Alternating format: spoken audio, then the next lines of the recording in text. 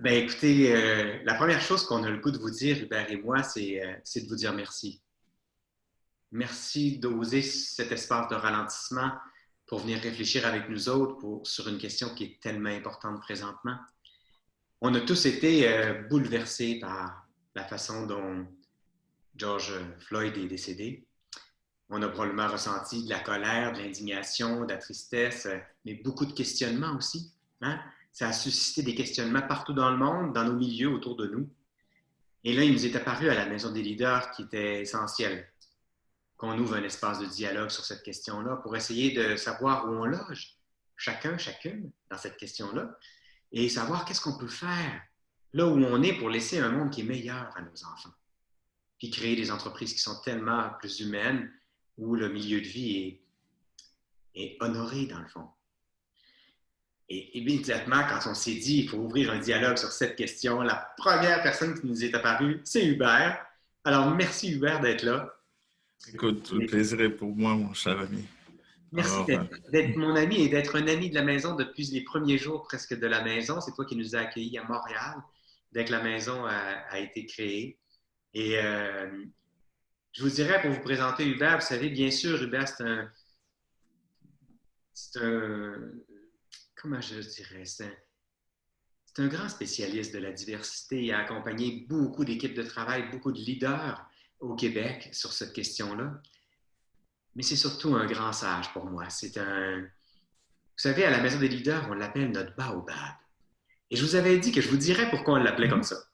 On l'appelle comme ça parce qu'un jour, on réfléchissait au leadership et là, tout le monde racontait toutes sortes d'affaires. Et là, il y a mon Hubert qui saisit un moment de silence pour dire « Et si le leader, parfois, était tout simplement un baobab? » Et là, tu nous racontais que quand vous vous promeniez dans les grandes savanes, ben, il fait tellement chaud, c'est difficile, et tout d'un coup, on voit un baobab au loin, puis on peut aller juste se déposer sous l'ombre du baobab un moment pour reprendre notre marche par la suite. Et depuis ce jour, je réalise à quel point le nombre de fois où tu as été un baobab pour moi, mon ami. Tu as été cette personne qui était là juste un endroit où je pouvais aller me reposer.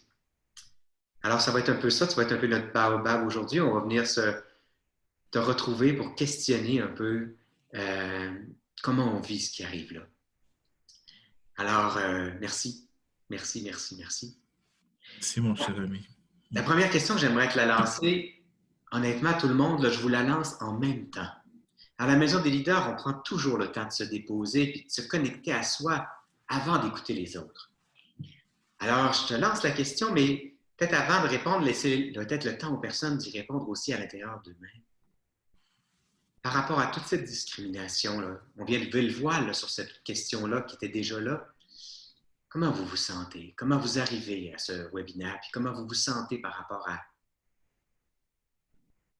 ce questionnement sur la discrimination, le racisme, la difficulté qu'on a à vivre avec les différences? Alors, je te poserai la question à toi et à chacun, chacune. Comment tu te sens par rapport à ça?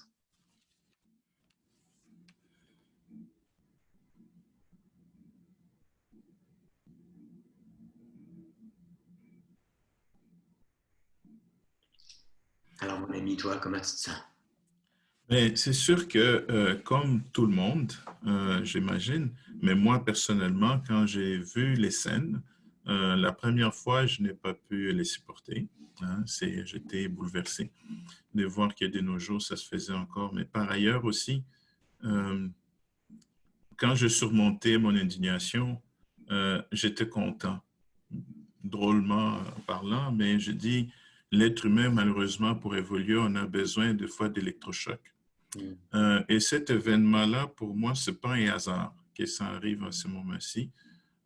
Presque quand on a commencé des processus de déconfinement, presque dans beaucoup d'endroits au monde, parce que pour moi, les deux événements sont interreliés, la COVID et cet événement, parce que l'événement de la pandémie mondiale, c'est la première fois, on le sait, on a entendu maintes fois, qui est dans l'histoire où plusieurs fois, je me souviens encore, il y a peut-être une quinzaine d'années, j'ai participé à des manifestations, des pétitions pour militer, des fois de ralentir un peu la cadence de production, de pouvoir suspendre un peu même des vols. C'était impossible, même inimaginable. Je me souviens de l'analyse des économistes qui disaient que ce n'est pas possible que le monde puisse arrêter même une journée. Mais là, une microbe invisible, presque à l'œil nu, qui vient finalement nous convaincre que c'est possible. Non seulement une journée, on a parvenu au moins minimum 2 mois, si pas 3 et plus, dans certains endroits. Et cette prise de conscience, beaucoup, malheureusement, le vivent encore comme une pause. On fait un arrêt, puis on attend pour redémarrer exactement là où on avait trouvé. Pour moi, ça, c'était une prise de conscience qui nous interpellait, je dirais, au niveau horizontal sur les plans planétaires. Mais si on reprenait les choses, c'était simplement de prise de conscience au niveau peut-être de notre santé, de notre matériel, mais on dirait que la nature ne trouvait qu'on n'avait pas assez pris conscience et nous a envoyé cet événement de George Floyd, son décès tragique, et qui se passe en passant presque tous les jours. Il y a plusieurs personnes à travers le monde qui meurent dans ces conditions-là, même plus atroces encore. Parce que là, il y avait même un peu de retenue, même si ça peut choquer, il y a des situations encore pires. Donc, ça, c'était de mettre au jour pour dire que nos esprits doivent aussi s'élever. Pas juste notre conscience par rapport à la nature et à notre santé, mais aussi notre conscience des autres dans nos relations humaines.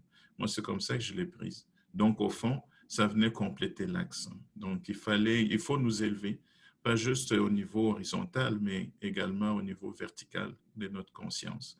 Donc, cet acte-là, je trouve que c'est un bonus qu'elle vient nous faire cadeau, l'univers, pour nous aider à nous accomplir encore davantage comme être humain.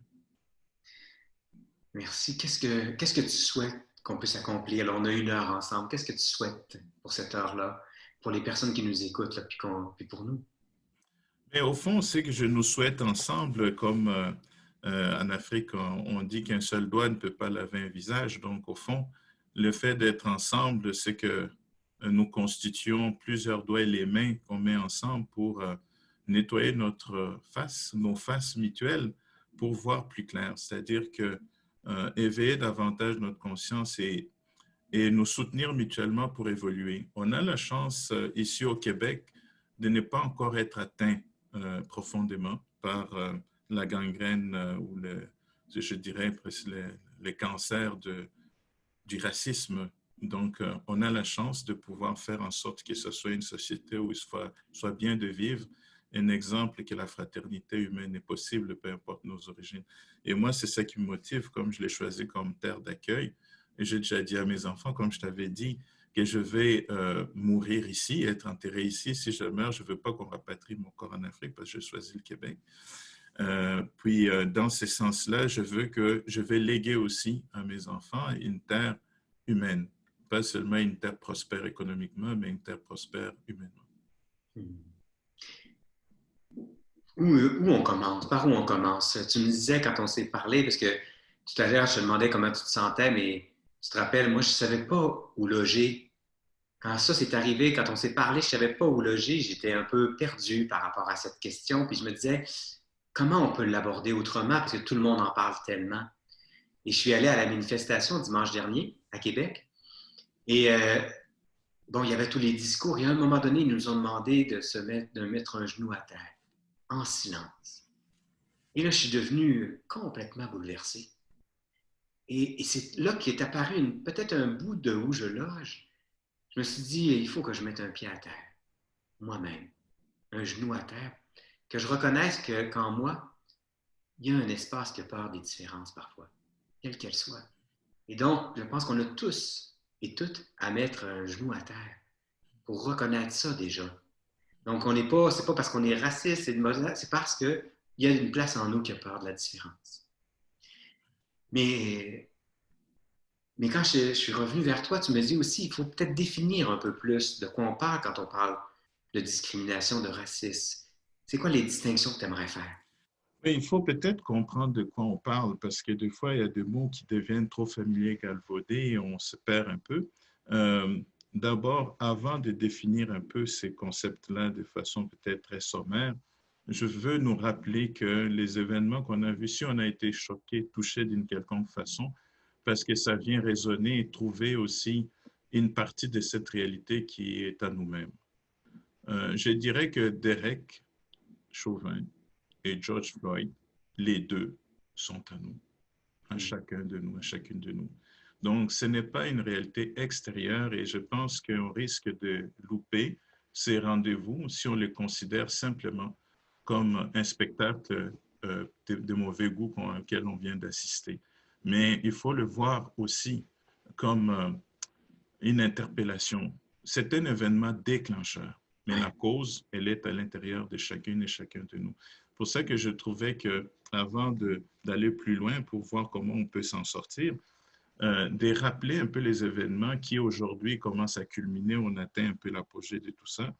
D'abord, quand on parle de racisme ou de discrimination, ce sont des éléments de même nature, au fond, qui viennent interpeller deux dimensions. Il y a une dimension d'abord que je dirais instinctive, et cette dimension-là, nous sommes tous porteurs, d'une certaine manière, parce qu'au fond, chaque être humain, chaque être vivant, conscient, c'est un être humain, porte en lui l'instinct de survie. Et parmi ces instincts de survie, se comporte aussi tout ce qu'on peut dire les préjugés.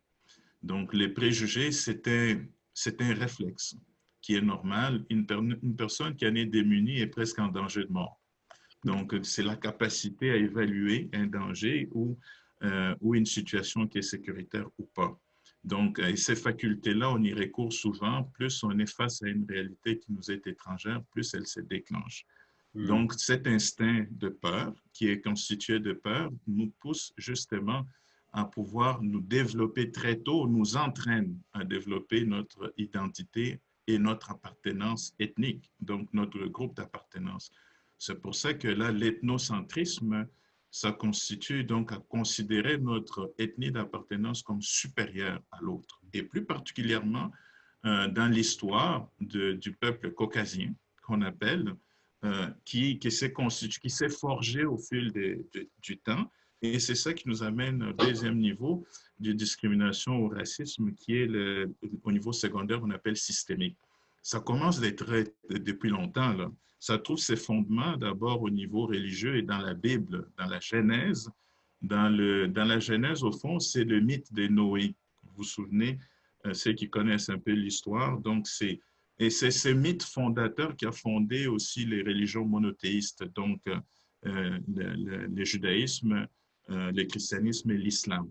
Et dans ces fondements-là, Noé, au fond, c'était le seul survivant après la création des dieux de la terre. Après, bon, quand le déluge a rasé tout sur terre, Noé a survécu avec sa famille, avec ses bêtes et tout ça, pour faire une histoire courte.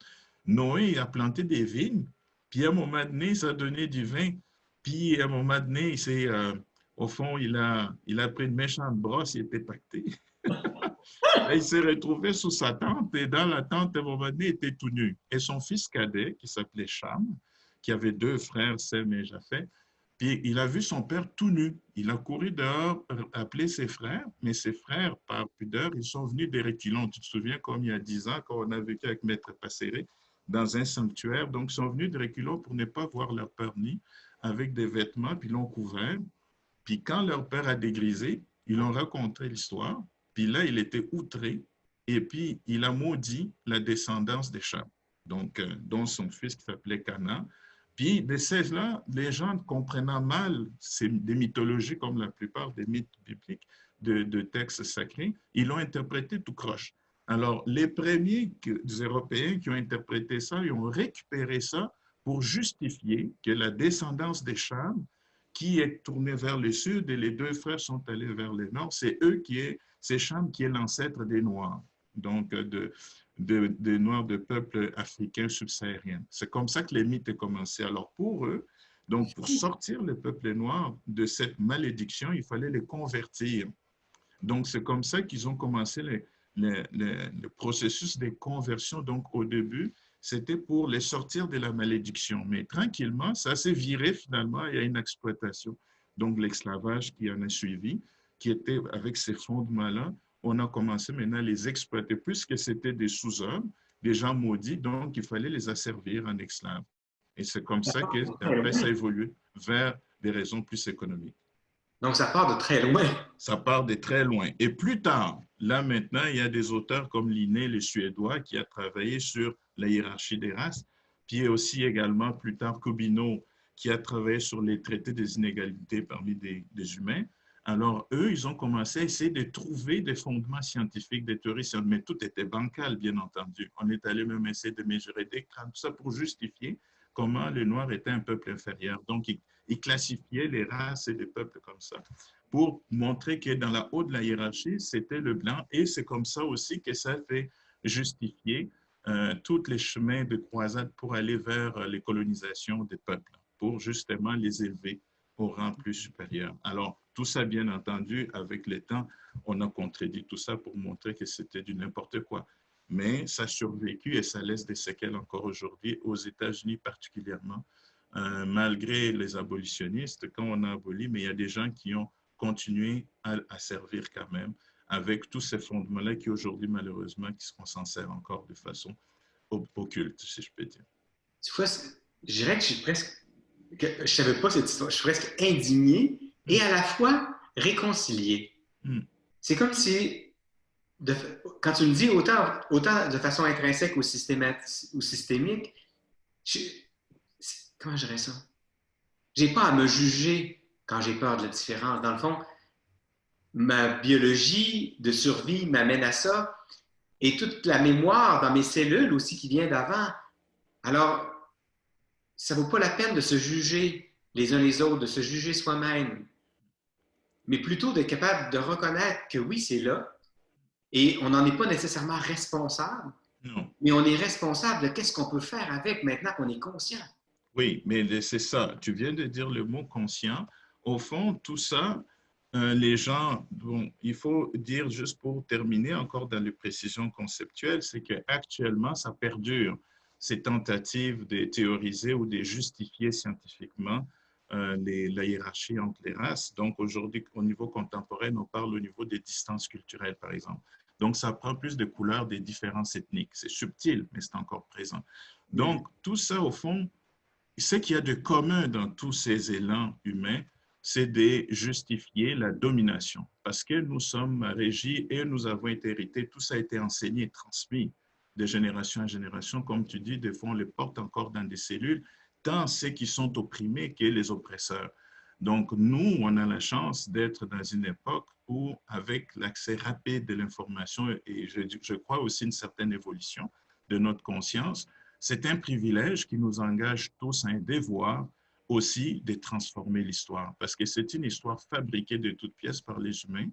C'est aussi une histoire qu'on peut réussir, nous, à défaire, je pourrais dire à déprogrammer pour reprogrammer l'histoire. On a la chance, aujourd'hui, on peut réécrire l'histoire.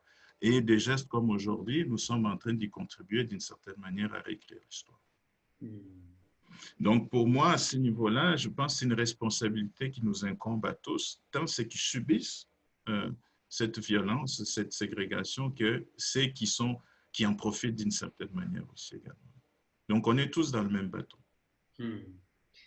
Et il y a des chefs d'entreprise qui sont là avec nous, des gens qui, dans leur organisation, même dans leur famille, par où on commence pour commencer à transformer, puis à réinventer un peu notre façon d'être ensemble? C'est sûr que le point de départ, au fond, parce que pour moi, si je reviens au symbolique de Derek et George, Derek Chauvin et George Floyd, c'est un peu, je comparerais comme les enfants de Noé, ce sont des frères d'une même famille qui sont des descendants d'un même père, d'une même mère. Il faut commencer par les réconcilier les deux pour que Derek et George puissent se reconnaître comme frères et construire leur devenir ensemble. Donc, il faudrait changer notre posture parce qu'actuellement, nous sommes dans une posture de confrontation encore, de se regarder face à face. Donc, quand on est dans cette posture de face à face, on va toujours trouver une façon, donc on est dans un rapport de force, il y aura toujours quelqu'un qu'on va, parce que là-dedans, il y a des éléments préférentiels. Donc, on va trouver beau ou laid, on va trouver normal, pas normal, on va trouver correct, pas correct, parce que nous sommes régis par une logique qui est basée beaucoup sur l'ego et des besoins humains. Donc, il faut changer ces paradigmes pour aller vers le paradigme, au lieu d'être dans le paradigme de confrontation, de combat, d'aller vers le paradigme de l'amour, de la logique de fraternité. l'amour. Mais en même temps, Hubert, Mm. imagine pour le frère de George ou pour les gens qui l'aimaient, c'est difficile ce que tu nous demandes, de considérer que Derek et George sont des frères. Oui. C'est, je sais que c'est la bonne route, mais Mais c'est la seule façon de briser les cycles de répétition parce qu'on est pris dans une boucle infernale. Parce d'accord. que moi-même, je suis issu d'une zone de la planète où je suis né au Congo, voisin du Rwanda. J'ai eu l'occasion de voir aussi, d'intervenir dans des zones où tu vois des morts, des zones où il y a beaucoup de souffrance. Quand on est dans cette boucle-là, c'est infernal, c'est interminable parce qu'on transmet la haine et on transmet en héritage la vengeance. Moi, je pense que c'est le pire cadeau à faire à un humain que de lui transmettre, de lui laisser comme héritage la vengeance. Donc, si on est dans une logique où il faut trouver une façon, nous aussi, de nous rattraper, de nous dominer, ce n'est qu'une partie remise parce que la personne qui est asservie, quand il aura une chance, mais il va se rattraper. Donc, on est poursuivi tout le temps par la jungle qui nous habite tous, où il y a des bêtes sauvages qui ne sont pas domptées. Donc, l'effet de s'élever, aller vers la logique de l'amour, en quelque sorte, c'est apprivoiser nos bêtes intérieures. Donc, faire en sorte que Derek joue vraiment son rôle. Il est supposé être un agent de la paix, mais il faut qu'il joue son rôle de protecteur, hein, du plus vulnérable. Et aussi que George puisse être capable aussi de rassurer. Dans ce sens-là, j'ai dit, il y a des choses qu'il faut au niveau des lois externes établies, au niveau des politiques, mais les politiques ont démontré leurs limites. Là, l'histoire que j'ai rappelée très brièvement, c'est depuis le 13e siècle, même avant, qu'on le vit et qui a trouvé son apogée même avant la Deuxième Guerre mondiale, quand on a commencé à diviser même les continents africains en parcelles, comme si ceux qui les habitaient, c'était juste des animaux. 50 millions d'Africains ont été exportés. Et la force vive, la force vitale. Donc, si tous ces gens-là étaient restés dans le continent africain, l'Afrique ne serait pas ce qu'elle est aujourd'hui. Et aujourd'hui, l'Europe, les États-Unis, l'Amérique ne seraient pas ce qu'elle est sans les esclaves. Donc, il y a toute cette prise de conscience. Il faut qu'on réalise qu'aujourd'hui, si je suis capable de vivre dans le confort aussi et avoir des privilèges et pouvoir profiter des soldes parce qu'il y a des gens qui versent leur sang chaque jour pour que je puisse vivre dans ces conforts-là. Donc, ça nous éveille aussi à dire, mais on peut y contribuer sans nécessairement faire des choses spectaculaires, mais en commençant par changer notre quotidien, notre entourage. Commencer par réconcilier Derek et George qui sont en nous, mais qui sont aussi autour de nous, dans nos entreprises. Il y a des gens qui sont discriminés parce que, pour toutes sortes de raisons, ils ne ressemblent pas aux autres, ils ne produisent pas au même rythme. C'est des gens, des fois, qui ont des... Alors, comment je fais pour faire en sorte que je réconcilie tous ces mondes-là? Parce qu'on a un modèle en tête, le modèle que Derek nous a mis sous les yeux. Donc, des gens qui doivent performer, doivent agir comme ça, doivent agir comme ça.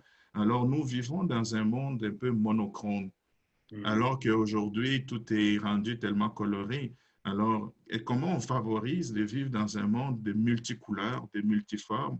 Alors, moi, ce que je propose déjà comme première piste, de commencer d'abord par voir dans notre entourage près de nous, quel geste on peut poser pour s'ouvrir à la rencontre de l'autre qui est différent de moi. Comment j'accueille ce qui ne fait pas toujours mon affaire. Par exemple, transformer même notre façon de concevoir la performance organisationnelle et la productivité. Concevoir nos critères, réviser nos critères quand on parle des critères de beauté, de force ou des... donc, il y a des choses simples comme ça qu'on peut faire, mais qui peuvent avoir des répercussions beaucoup plus grandes. C'est au fond, l'idée, c'est d'échanger nos mentalités. Donc, ça commence par là. Et c'est dans ce sens-là que c'est un devoir qui nous incombe tous. Donc, ce n'est pas juste des politiciens. Parce que les politiques, je vous assure, dans beaucoup de pays, dans beaucoup d'endroits aux États-Unis, ça existe. Mais ça ne... C'est depuis l'abolition de l'esclavage, ça existe, là, la liberté. Mais les Noirs ne sont pas libres, ils sont encore esclaves aux États-Unis. Donc, ce que tu nous dis, c'est ça commence avant tout par réconcilier Derek et George à l'intérieur de moi. Hein? Exact. Donc, les deux personnages. Oui. Ensuite, d'être capable aussi d'observer sans jugement, avec beaucoup d'accueil et de non-jugement, les Derek et les Georges autour de moi. Exactement. Mais quand je me retrouve, moi, dans une position de Georges, parce qu'on a tous vécu. Moi, j'étais même surpris, un de mes amis, là, un grand costaud sportif, qui me dit un jour avoir vécu de l'intimidation parce qu'il était sensible, en tout cas sur d'autres choses. Donc, on a tous vécu quelque part une certaine discrimination. Et quand on est dans cette position-là de victime, ça doit être encore plus difficile de reconnaître et d'accueillir Derek comme un frère. Toi, comment tu as vécu de la discrimination, bien sûr, tu es arrivé dans un pays de blancs. Comment comment tu as été capable de transcender ça comme victime? Parce qu'on a tous été victimes, puis il y a plein de gens qui nous parlent, qui vivent même dans leur famille certaines discriminations parce qu'ils sont différents des autres. Mais c'est sûr que c'est très dur quand on est victime. Je l'ai été souvent. Moi-même, j'ai vécu. Heureusement que j'ai eu la chance d'avoir un travail sur moi et d'aussi souvent être accompagné pour m'aider à prendre du recul et prendre la hauteur face à ces réalités, comme par exemple dans des premières, dans les rues de Montréal, où on a une auto qui arrête des jeunes qui mélangent des œufs, puis que je ne comprends pas trop. Avant, ça m'a pris du temps avant de réaliser que c'était un geste raciste et tout. Mais par la suite, comme je disais, je les plaignais. J'ai dit, mais ils ne connaissent pas, mais comment est-ce qu'ils peuvent avoir autant de haine face à quelqu'un qu'ils ne connaissent pas? Je les voyais dans leur âge, ils pouvaient être, tu sais, aujourd'hui, l'âge comme de mes enfants. Euh, alors, au fond, on est souvent dans des relations un peu triangulaires. Hein. On voit dans George Floyd et Derek, s'il n'y avait pas le témoin, c'est la fille qui a pu Hmm. filmer ça, on n'aurait pas su. Donc, on est là, au fond, on est dans une dynamique de co-responsabilité. Donc, pour moi, si j'ai subi, comme ça m'est arrivé aussi, quand j'ai subi un geste que je peux interpréter comme des racistes, mon, mon premier défi est, bon, d'abord de surmonter la souffrance que ça me fait, mais de m'ouvrir, ouvrir mon cœur. Puis ça, je l'ai toujours retenu de ma grand-mère qui disait de ne jamais venger si quelqu'un qui est méchant contre toi, c'est comme si toi aussi tu t'es fâché, ça va embraser le feu. Tu sais, ça peut faire un incendie. Donc, toi, présente plutôt de l'eau ou enlève-toi de là parce que tu vas arrêter l'incendie d'une certaine manière. Donc, au fond, c'est de la première personne qui prend conscience à un certain devoir d'ouvrir aussi la conscience de l'autre. Parce que ce qui nous amène à nous réduire, et je pèse le mot réduire, au niveau de comportements racistes ou discriminatoires, c'est la peur. Et une personne qui a peur, c'est une personne qui est dangereuse parce qu'on est au niveau animal et instinctif. Donc, il faut les ramener au niveau de la raison. Pas juste de la raison avec notre tête, mais de la raison au niveau du cœur, de notre intelligence émotionnelle qu'il faut utiliser pour l'accueillir d'abord. Parce que s'il ne trouve pas d'adversaire, il ne pourra pas poursuivre le combat. Hmm. Et là, avant que tu ailles plus loin, là, je voudrais qu'on prenne juste, qu'on ralentisse sur ce que tu viens de dire. Quand moi, je suis dans la peur, quand on est dans la peur, on peut devenir dangereux. Donc, ça prend une immense présence. Quand moi, donc, la peur s'installe en moi, il faut que je sois capable de la ressentir et de la reconnaître et de prendre conscience que je pourrais être dangereux si je la rencontre pas, j'essaie pas de faire quelque chose avec. Je trouve que ça, c'est, il y a ça qui est important, je trouve que tu as dit, puis je trouve que je ne veux pas en être trop vite parce que ça, c'est trop important. En tout cas, moi, je veux dire, quand la peur va monter en moi d'une différence, je vais me rappeler de ça, je vais me rappeler de, oh, je pourrais devenir dangereux si je ne reste pas là un moment avec la peur pour essayer de voir si elle est fondée ou pas. Et tu nous as dit une deuxième chose, tu as parlé de l'importance des témoins, parce qu'on est à la fois un, l'autre et témoin. Et si tu savais le nombre de personnes qui viennent nous voir à la Maison des leaders, tu le sais toi aussi, pour nous dire qu'ils sont témoins de drames comme ceux-là au quotidien, ils ne savent pas quoi faire comme témoin. Quand on est témoin, pourquoi on ne bouge pas? C'est qu'on a peur, nous aussi. Alors moi, je souligne le courage de cette petite fille qui a réussi à rester là, puis de continuer à filmer, puis qui nous l'a offert. Comment on fait malgré la peur, bouger quand on est témoin. Mais c'est là que l'aspect du courage intervient. Donc, le courage est important dans ce sens-là et ça me fait penser euh, à une citation de Mandela qui disait: «J'ai appris que le courage n'est pas l'absence de peur, mais Hmm. la capacité à la vaincre.» Donc, vaincre la peur pour, pour dire que ce qui est en train de se passer, ça pourrait m'arriver à moi, mais également, je suis complice. C'est pour ça que même dans la loi, on dit, tu sais, quand quelqu'un qui est en danger, non-assistance à une personne en danger, comme les complices là, de Derek qui n'ont pas assisté, ont été témoins aussi, puis n'ont rien fait. Donc, à ce niveau-là, c'est une question de responsabilité et de courage, mais ce courage-là, il est souvent, il est proportionnel à notre niveau de conscience aussi. Plus on est conscient de soi et plus on est conscient aussi de la dignité de vie humaine, je pense que c'est naturel. Elle s'impose d'une certaine manière.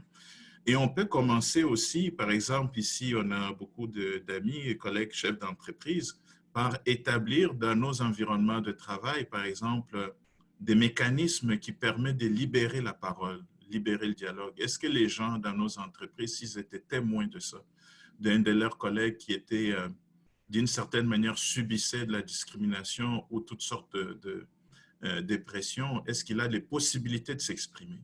Hmm. Est-ce on lui donne, on met en place des moyens pour que les gens puissent prendre parole et dénoncer ou dire les choses? Donc ça a l'air de rien, mais c'est un geste comme agir à cette fille-là qui était témoin. C'est important, ça. Parce que c'est vrai que nos entreprises sont souvent des endroits de loi du silence, Oui, où dans le fond, on absolument. parle dans les corridors, mais il n'y a pas d'espace où on peut partager ce dont on est témoin. Comment sortir, comment trouver des mécanismes pour sortir de la loi du silence. Moi, combien de fois j'ai entendu, et je l'ai été témoin aussi directement, où les gens, un poste qui est affiché, puis il y a des candidats, des CV qui viennent là, puis juste par le nom, on ne les retient pas. Ils ne passent même pas à la présélection. Donc ici au Québec aussi, à cause de l'histoire d'une certaine homogénéité, des noms, on peut discriminer par des noms. Et quelqu'un qui vient juste par son accent, on peut le discriminer. Donc, il y a des gens, moi j'ai entendu, carrément, on ne fait pas de ça ici. Alors, on assiste, donc, si c'est ça, c'est pas du racisme, c'est quoi? Donc, au Québec, c'est présent, mais c'est subtil et c'est fait de façon avec une certaine finesse. Moi, je crois que ça, il faut commencer par enlever les barrières à l'entrée et donner vraiment une chance réelle égale à tout le monde. Il n'y a pas longtemps, il y a une dizaine d'années, un sondage qui avait été fait auprès des employeurs du Québec, des patrons, et ce qui s'est démontré, c'est que les gens étaient plus ouverts à voir leurs proches sortir avec quelqu'un d'une autre groupe ethnique ou d'une autre race que d'embaucher quelqu'un qui vient d'ailleurs et Hmm. surtout dans des postes de décision. Et vous remarquerez que des gens qui vont se dire: ah, mais chez moi, il y a ouvert, on a la diversité, mais regarde, dans des postes de décision, il y en a combien? Tu ne verras pas beaucoup. Donc, au fond, les gens sont là comme main-d'œuvre. Et ça, c'est les nouvelles formes de discrimination qui sont là, comme là, je fais beaucoup de tournées dans les usines au Québec. De plus en plus, la pénurie force et oblige à les recruter ailleurs. Mais souvent, les gens vont plafonner dans des postes de gestion ou des premiers postes d'entrée. Très peu vont évoluer dans des postes clés ou dans des postes de n'importe quel professionnel. Il peut rester là après les restants de ses jours. Alors, dans ce sens-là, c'est très sournois. Donc, on vit des phénomènes, la même chose, phénomène qu'on vit avec des femmes. Hmm. Alors, moi, j'ai vécu dans des organisations où aujourd'hui, la majorité, c'est des femmes, mais tu vas voir dans des postes de décision, il n'y en a presque pas. Ou dans des conseils d'administration, c'est des boys clubs. Alors, il y a une certaine hypocrisie, il y a une complaisance qu'on entretient. Et moi, je crois que ces choses-là, il faut les mettre en lumière. Et pour voir surtout, non seulement, moi, je ne suis pas un adepte de dénoncement pour dénonciation, mais c'est surtout nous sommes en train de nous priver d'un avenir commun. Parce que plus un environnement, une équipe de travail est diversifiée, on le sait, plus il y a de la créativité. Pourquoi? Parce qu'une équipe diversifiée, d'abord, quand c'est des gens au niveau des cultures différentes, au niveau des races différentes, on n'a pas le même regard sur la réalité des choses. Donc, chacun pose un regard différent. Si c'est un groupe homogène, on va tomber à un moment donné dans une étape où on va faire des choses machinalement. Mais quand le groupe est diversifié, l'autre va avoir une autre façon de faire. Ça va forcément imposer un dialogue Et les dialogues vont déboucher par une troisième voie qu'on n'aurait pas soupçonnée. Et c'est comme ça qu'est née l'innovation. Alors, dans ce sens-là, je trouve que c'est important de ne pas nous priver, si on veut construire, en tout cas, un pays comme les Canadiens, qui soit un pays qui continue à être innovatrice et qui trace la voie d'avenir, de ne pas nous priver de la diversité. C'est pour ça qu'à chaque fois que je te croise, j'ai l'impression d'être élargi après un dialogue avec toi, à chaque fois. Parce qu'effectivement, on a des postures, une façon de voir le monde qui, qui s'enrichissent l'un avec l'autre. Et tu vois, dans la réflexion que je faisais par rapport à notre entretien qu'on fait maintenant, tu vois, il y a une phrase d'Anselm Grund, qui est un auteur que tu connais très bien. Aimer ne signifie pas en premier lieu éprouver des sentiments tendres. Pour pouvoir aimer et bien agir envers ce que l'on aime, il faut d'abord la foi et le regard juste et une vision renouvelée. Au fond, je vais ramener ça dans les discussions qu'on fait, dans la dynamique entre Derek et George Floyd, au fond, dans les conflits entre les gens qui ne nous ressemblent pas, qui sont tellement différents de nous. C'est que je disais aller vers la logique de l'amour. Et quand on y prononce ce mot-là, par exemple, dans les domaines, dans les milieux d'entreprise, on a l'impression que c'est mou et que c'est incompatible avec la logique de productivité, de performance. C'est tout le contraire. Parce que quand on aborde toujours la performance et la productivité juste dans une perspective de combat, parce que c'est souvent cette logique-là qui inspire, donc la logique de compétition, mais souvent, c'est tout le contraire que ça produit. C'est trop d'efforts pour peu de résultats, parce qu'on est tendu. Et souvent aussi, on va avoir tendance à mettre des jambettes à d'autres pour nous arriver en premier.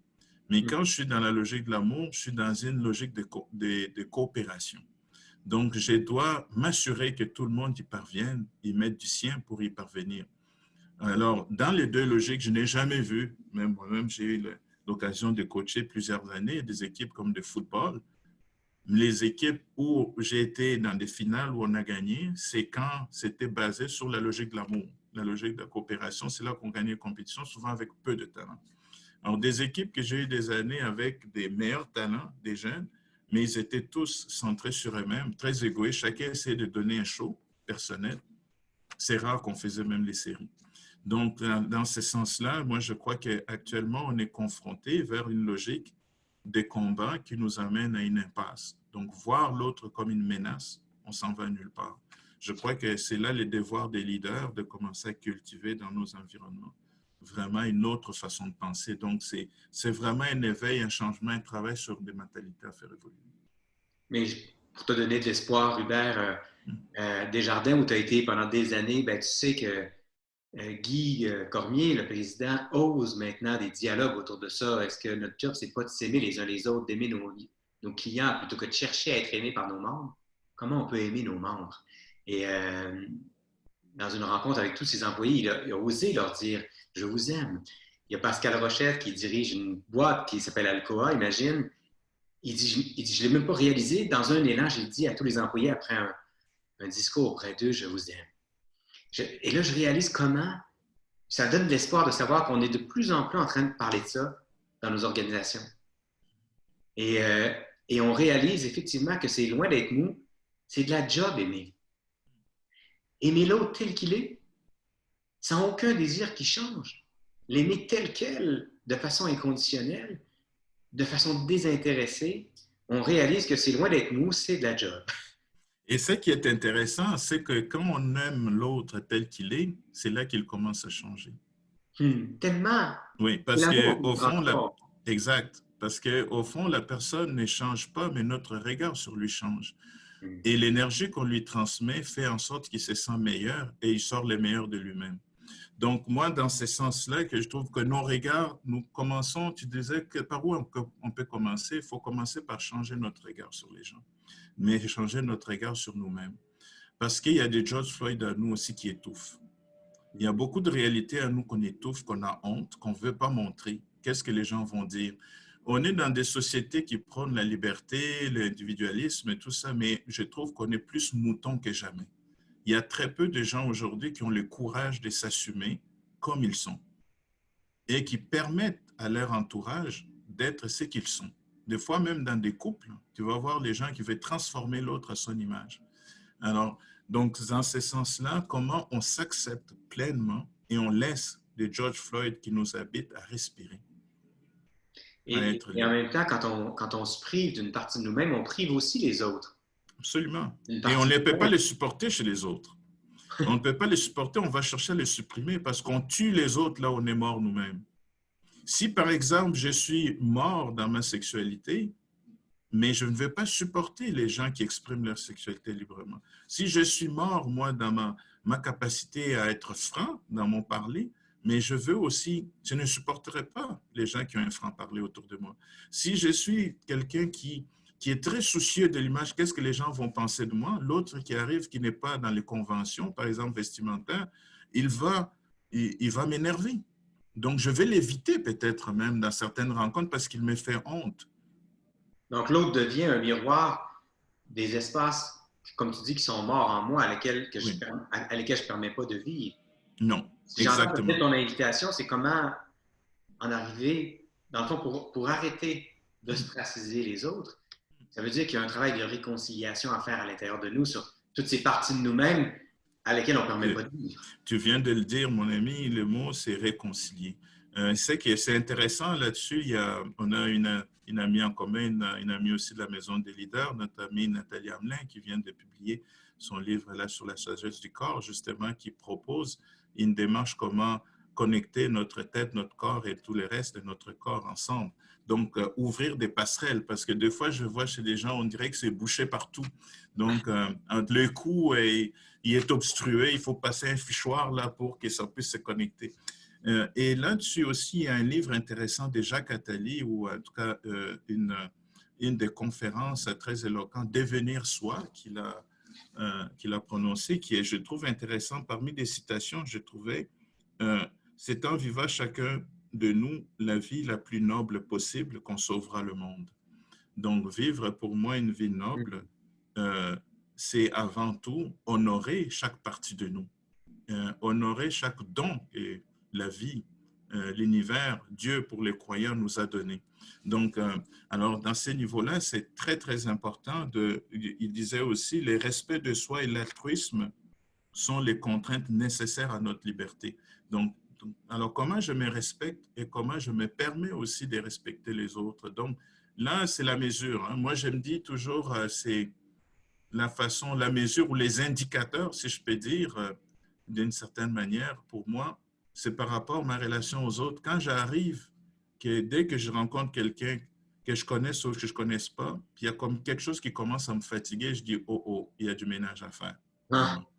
Donc, c'est un miroir de. Le Père Yves, notre fameux Père Yves à Saint-Jean-de-Matin, il nous dit qu'à chaque fois qu'on rencontre un désordre extérieur, c'est une opportunité de rencontrer nos désordres intérieurs. Exactement. C'est un peu ça que tu nous dis dans le fond. Ça voudrait-tu dire qu'on pourrait dire que dans le fond, il y a une partie dans Derek qui est opprimée probablement à l'intérieur de lui et finalement, il a agi, il a opprimé l'autre parce qu'il y a une partie en lui qui est opprimée. Donc, Mais Derek, je vous assure, si on lit moindrement, on gratte un peu dans son histoire, et il y a plus que même George en lui. Il y a plusieurs Georges qui habitent en Derek. Donc, Derek est aussi lui-même, se reconnaît à travers George, mais qui n'accepte pas. Donc, peut-être, qu'est-ce qu'il représente pour lui, George? La faiblesse, le non-respect, la non-conformité, je ne sais pas. Mais alors, il fallait qu'il le supprime parce que je suis persuadé que chez Derek, il y a peut-être même un criminel qui habite même pas, mais il l'est maintenant. Donc, à ce niveau-là, moi, je crois que c'est important de voir que quand des événements comme ça arrivent, il faut résister à la tentation d'être en mode spectateur ou spectatrice. et de Parce que juger. c'est trop facile.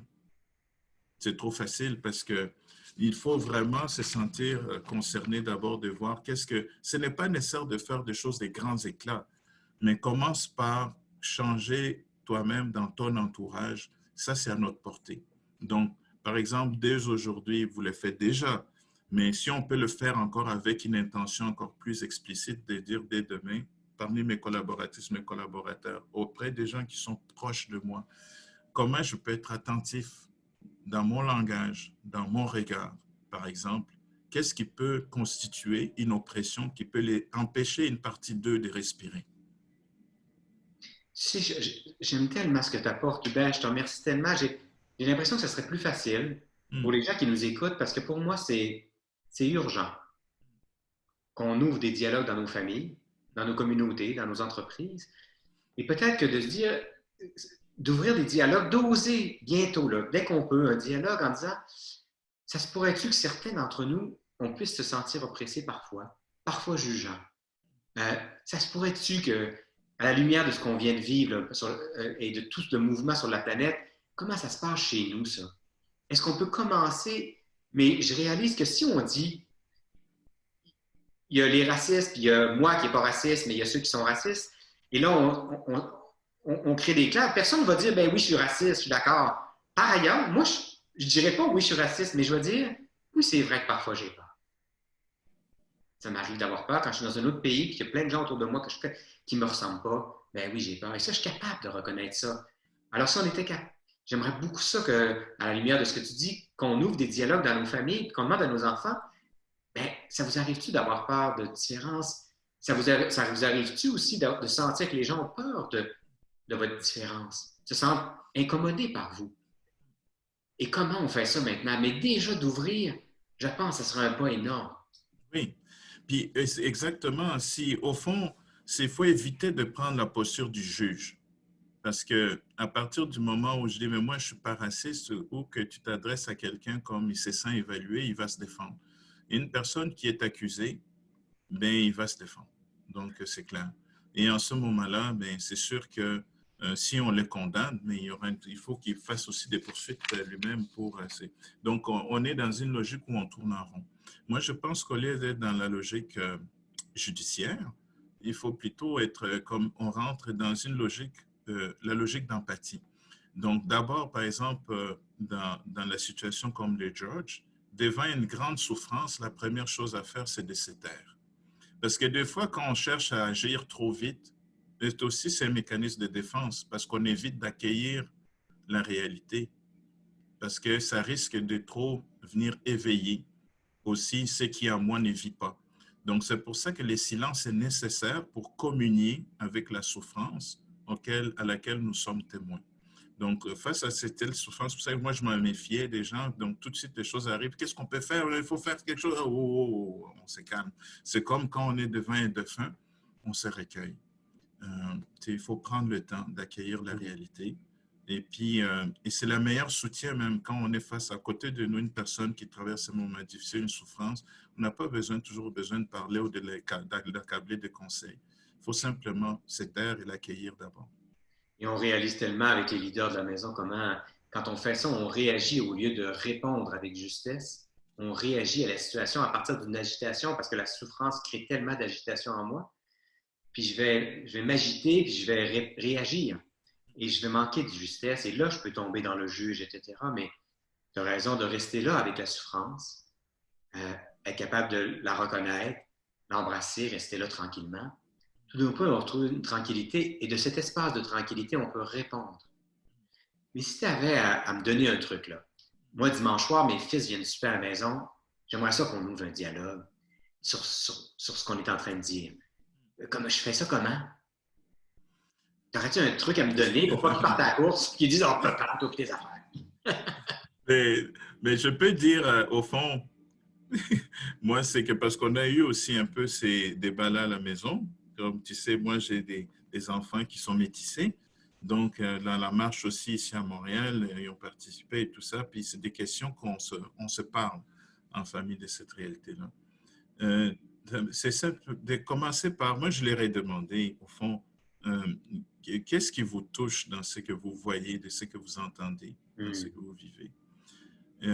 Puis, par la suite, à un moment donné, je l'ai ramené aussi chez nous. Est-ce que vous vous sentez équipé pour faire face à ces réalités-là? Comment vous les gérez? Ou comment vous composez avec ça? En tout cas, c'est la question que je leur ai posée. Puis Ah, c'était vraiment intéressant, des réflexions qui sont sorties. Et je pense que je n'aurais jamais pu les amener dans ces espaces-là. Parce que je pense que dans la chambre, on a des jeunes qui sont beaucoup plus réfléchis qu'on pense. Et moi, j'ai réalisé aussi que, à un moment donné, quand je disais de laisser Georges respirer, mais même les enfants, je m'en faisais trop.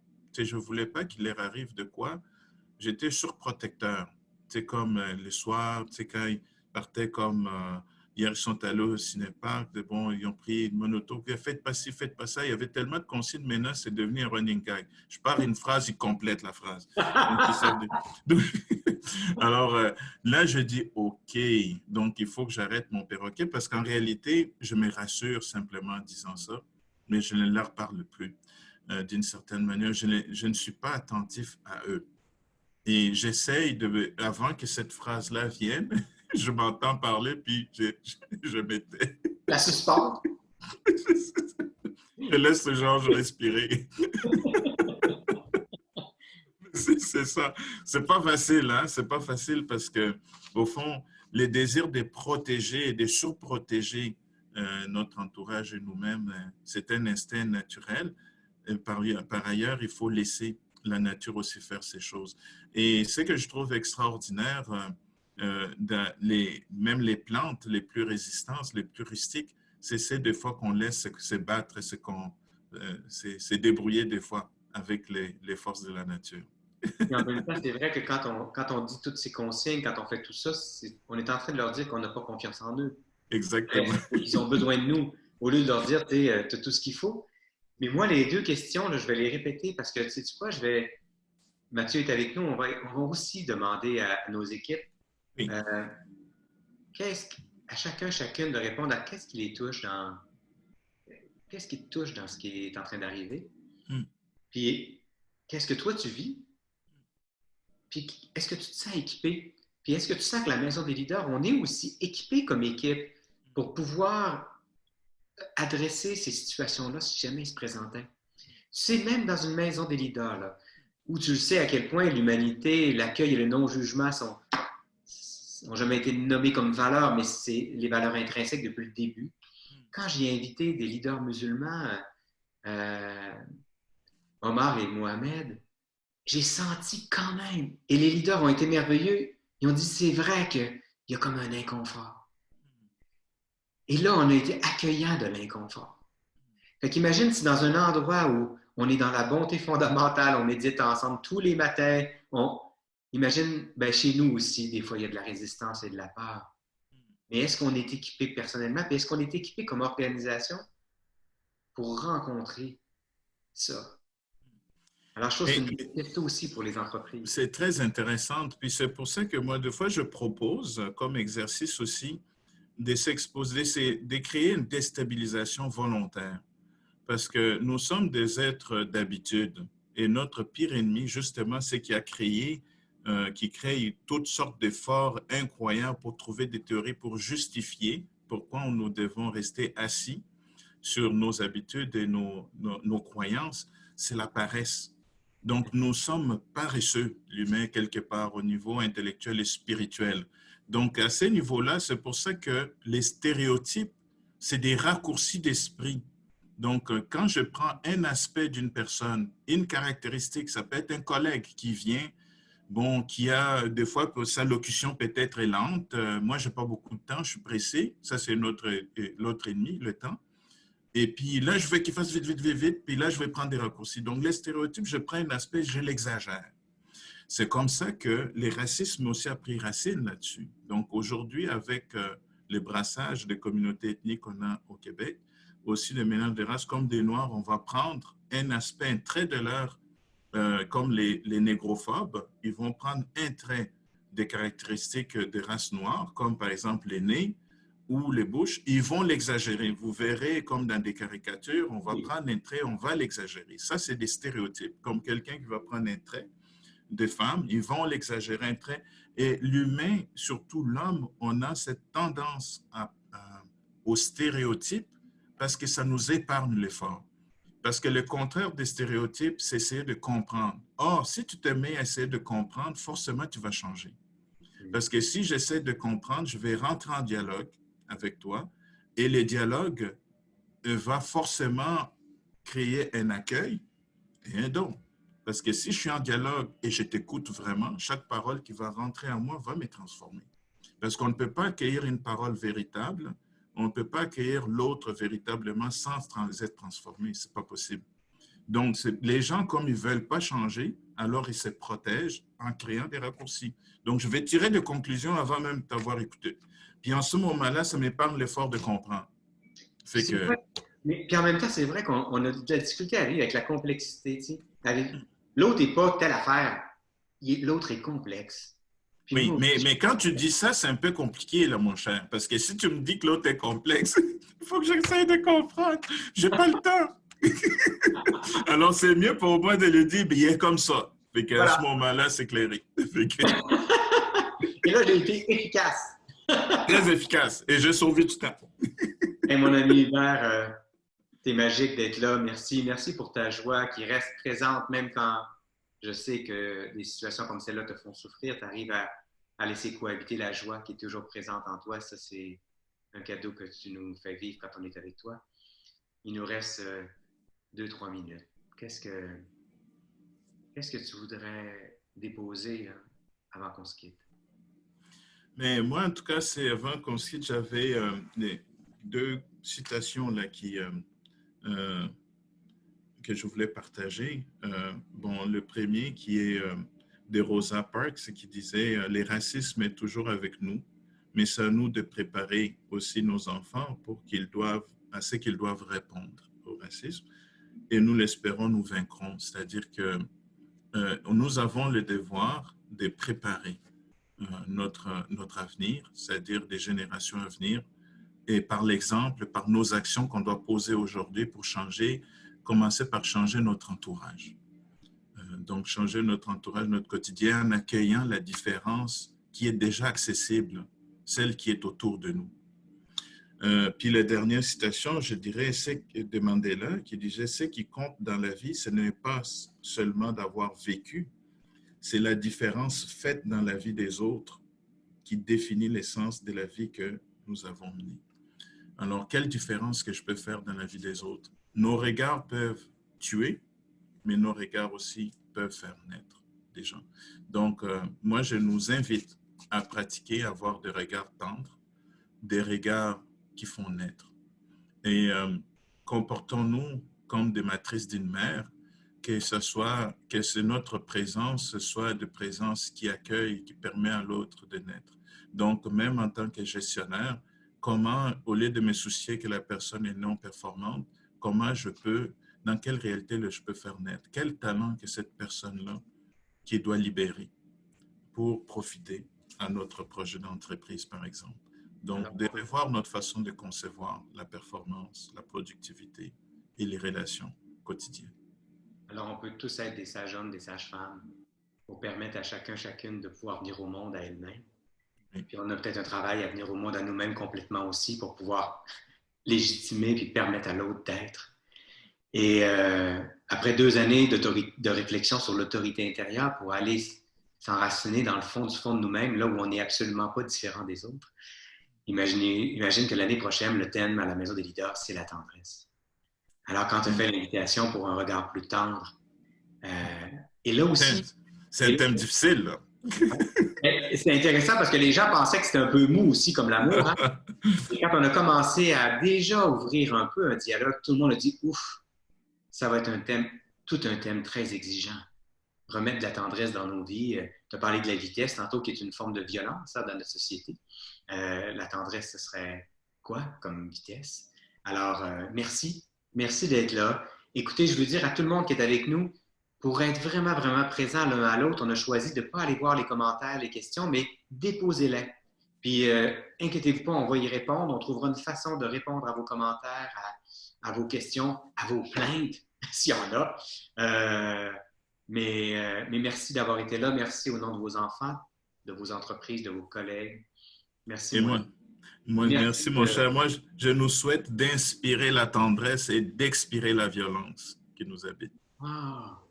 Alors, on inspire la violence et on expire la tendresse, c'est ça? Oui, c'est ça, de libérer, de sortir cette violence qui nous habite, de rentrer la tendresse pour que tranquillement après, que ce soit la tendresse seulement qui sort après. Alors, on entre sur ce chemin de la tendresse à partir de septembre. Alors, bienvenue à tous. Merci, je t'aime. Et Moi aussi. Merci, mon cher. passez un beau week-end, tout le monde. Merci. À bientôt. À la prochaine. On est ensemble.